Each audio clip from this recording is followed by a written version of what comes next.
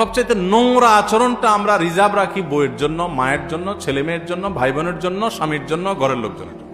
আর সবচেয়ে মিষ্টি মিষ্টি কথাগুলো বরাদ্দ রাখি আমাদের বাইরের লোকদের জন্য। আমি যশোর যখন 10টা মাদ্রাসায় পড়ি, তখন কালেক্টরেট মার্কেটে আব্বার এক বন্ধু, ওনার একটা কাপড়ের দোকানে বন্ধের দিনগুলোতে আমি একটু বসে ওনার হেল্প করতাম, সহযোগিতা করতাম। তখন দেখে আমার এটা আরো ভালো করে রপ্ত হয়েছে। দোকানদাররা পুরুষ তো পুরুষ, মহিলা আসে তাদের সাথে কত রকমের মধুর মতো কথা বলতে পারে।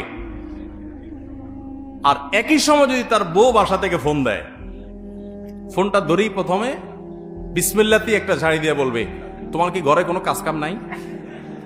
একটু পরপর শুধু হুদাই ফোন দাও, মিস কল দাও, মেসেজ পাঠাও, কোনো কাজ কাম নাই, তোমার জ্বালা তো দোকানদারই করতে পারবো না।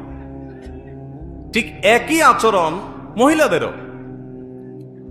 বাসা থেকে, দোকান থেকে যদি স্বামী ফোন দেয় বা বাইরে থেকে স্বামী ফোন দেয়, কি তোমার কাজ কাম নাই? হুদাই ফোন দাও সারাদিন, বুড়ো বয়সে তোমার বিমরতি ধরছে, নানান কথা।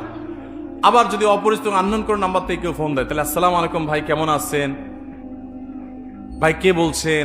তখন কথার ভিতরে মধুর কোনো শেষ।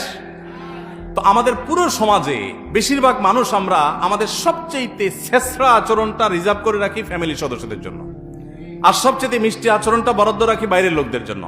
এর চেয়ে কপাল পড়া, এর চেয়ে দুর্ভাগা, এর চেয়ে খারাপ মানুষের কে হতে পারে যে তার পরিবারের লোকরা তার ভালো আচরণ পায় না, ভালো আচরণ বাইরের লোকদেরকে দেয়। অবশ্য বাইরের লোকদেরকে ভালো আচরণ দেয় বললে ভুল হবে, ওইটা তার ইনভেস্ট, ওইটা তার বিজনেস। আল্লাহ তাআলা আমাদেরকে মানুষ হওয়ার তৌফিক দান করুন।